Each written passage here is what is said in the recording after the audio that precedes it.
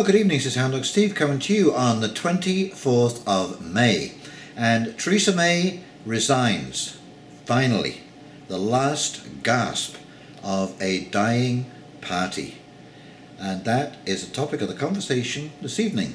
And a very warm welcome to all of you returning to my channel, and a great shout out to any new viewers this evening. Please sit down, grab a cup of tea or a coffee or whatever is your pleasure, put your feet up, and let's take 10 minutes talking about Theresa May's resignation and who could possibly replace her.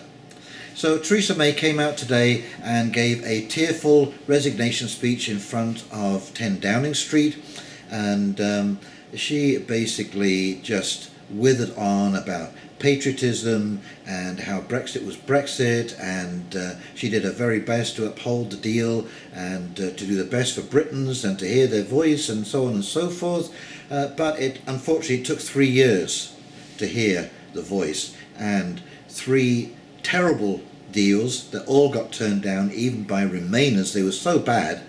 I mean, these deals basically would turn Britain into a vassal state of Europe.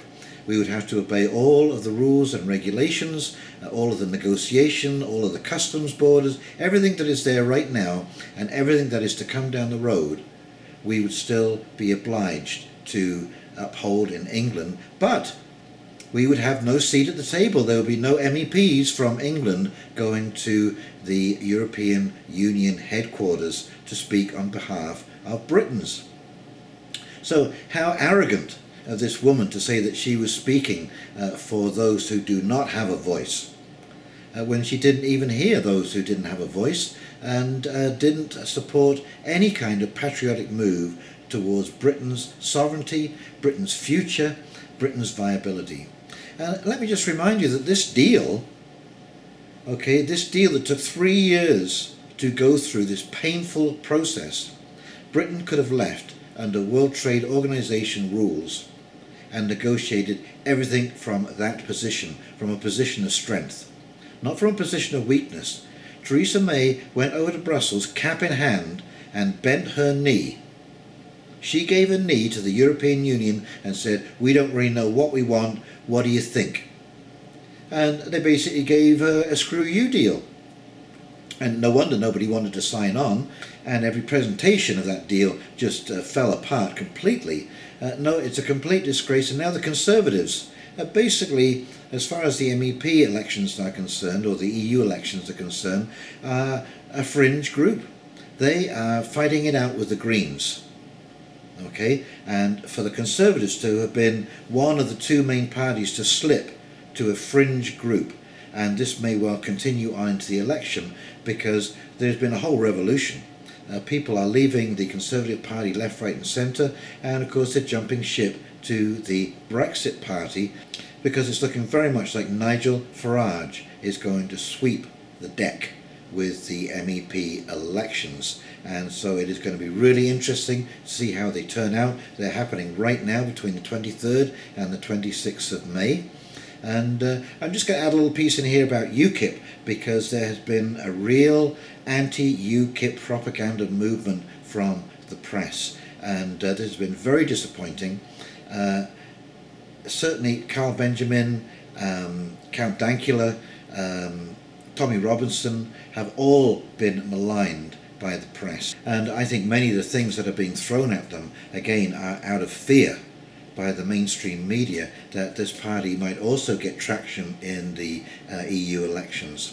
Okay, so I mean, they've been labelling people as pedophiles, as racists, as Islamophobes, as backward thinkers, and this, of course, we recognise those names. This is what happens when they are frightened of what you have to say. They start tarring you with these horrible, horrible names. So who is going to follow Theresa May? Good question. Well, guess what? Boris Johnston is top of the list. And we're going to flip over to a few articles here, and we're going to go through the list of hopefuls, but Boris Johnston is definitely top of the list right now. Okay, so let's flip over and take a little look at those, and we'll come back and I'll do a quick wrap up. Okay, here we go. So here we are, Zero Hedge. Boris Johnson leads UK PM poll, says prepare for no deal. Now that Theresa May has confirmed that she will step down as Prime Minister on June 7th during a tearful resignation speech, investors, political junkies and inveterate gamblers are all eagerly placing bets on who will win the upcoming Tory leadership contest and become next to occupy number 10. Ladbrokes' latest odds put Boris Johnston, widely regarded as the frontrunner, as heavy favourite at 8 to 11 on. His nearest competitor, former Brexit Secretary Dominic Raab, is at 6 to 1. So we have Boris Johnson, Dominic Raab, Andrea Leadsom, Michael Gove, Jeremy Hunt, Penny Mordaunt, Rory Stewart, Sajid Javid, James Cleverly and Matthew Hancock. Now, when you start getting down past the, I would say 16 to 1, you're out of the race. So it will be between Boris Johnson, Dominic Raab, Andrea Leadsom and Michael Gove. Those are the top 4 runners, and I really do think Boris Johnson will take it. Certainly not for his hairstyle, but he certainly is a Brexiteer, and he leads a commanding authority within the party, okay, and within the cabinet. So don't be surprised if Boris Johnson and all of these people, all these other 3 people, Dominic Raab, Andrea Leadsom and Michael Gove, are not really well known. Boris Johnson is known throughout England. BBC, Theresa May quits, UK set for new PM. Emotional Theresa May confirms she will step down as Tory leader on June 7th, and that's quite close. That is quite close. Okay, are you ready for this? Brexit, What Happens Now by Peter Barnes. Okay, Brexit next steps. June 3rd, MPs will vote on a withdrawal agreement bill, a WAB, this week. If it passes, the WAB continues passage through Parliament, pass subject to second referendum, pass Brexit on current deal by October 31st. Reject goes down to full negotiation, vote of no confidence, general election, another referendum, cancel Brexit, or no deal Brexit on October 31st. Well, I think they can move that well ahead. The UK will take part in European Parliament elections on 23rd of May, but the government still hopes that the elected MEPs will never have to take their seats. Well, we'll have to see. I wonder how many years they will take to discuss this process. Goodness gracious.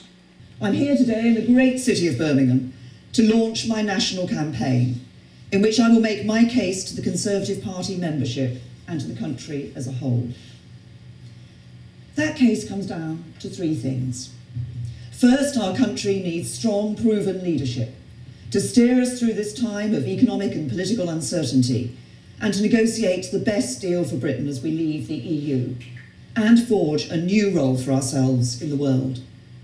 Because Brexit means Brexit, and we're going to make a success of it.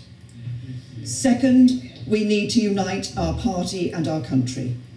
And third, we need a bold, new, positive vision for the future of our country. A vision of a country that works not for the privileged few, but for every one of us. And yes, it's just too bad that you didn't follow through on those early sentiments. I hope you noticed the date, 2016, and here we are in 2019, and you're crying as you leave that office. Well, you should be crying, because you let the whole damn country down. Now, I didn't go through the whole thing there, but I think it was kind of interesting, and I'm sure that you'll see that in the What Happens After Brexit news article, it is again so complicated and bogged down with difficulties.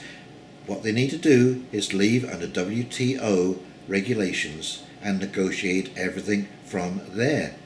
Nobody knows what post-Brexit is really going to look like. How can you negotiate a deal before you leave?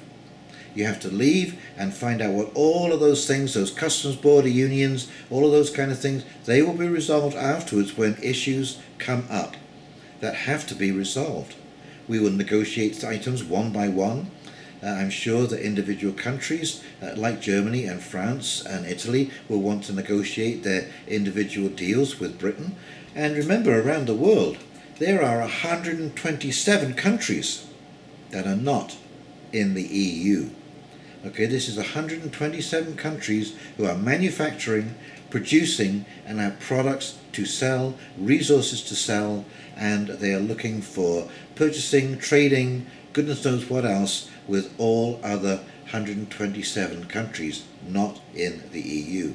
So this opens up the door to Britain, instead of being restricted to the limited number of countries in Europe, and most of those countries we will be negotiating deals with, because there is a very close relationship with an awful lot of these countries, either Britain purchasing from or selling to. And these things will be worked out, because, as I say, when you have something to sell, what are you trying to do? You will do everything. You will turn every rock there is to try and find a buyer, right? Or if you want to buy something, and that thing that you need is important to you, if it's a piece of farm equipment and the harvest can't be brought in until you get that piece of equipment, I'll tell you, you are going to move heaven and earth to cut a deal to get that piece of equipment on your property or in your country, so that you can go ahead and get the work done that you need to. So I think there's been too much worry, too much concern, too much anxiety put into this whole thing. You know, I negotiate deals all the time. I negotiated my mortgage. I negotiated the purchase of wood. I negotiated the purchase of things for my store. We do this all the time. It's not a big deal. So basically the powers that be, the people who don't want Brexit to happen, have been laying this on thick. And of course, because they control the media, they get to have the biggest voice. And I think if I can do anything with these videos, that is what I'm trying to put across to all of you out there in video land, that this is just a slap in the face, and they're trying to make us believe that this is so complicated that this cannot be done without endless negotiations and so on and so forth. Well, yes, it can. Anyway, I think that this resignation of Theresa May was one last Hail Mary attempt to try and boost the Conservative Party during this election period, and it's not going to work. I think that Theresa May believed that if she resigned, it would give the Conservative Party hope for the future, that a new leader could be elected that could deliver Brexit to the people of Britain. I don't think it'll work. I think it is a shallow, transparent trick to try and con the people, and you can see with the popularity of Nigel Farage that people are listening and trusting what he is saying, because, funnily enough, he just happens to be resonating with the public. Okay, well, if you enjoyed this video, please like, comment and subscribe below, and in the meantime, this is Houndogs T signing off, wishing you a very pleasant evening, and we will talk to you very, very shortly. See you now. Bye.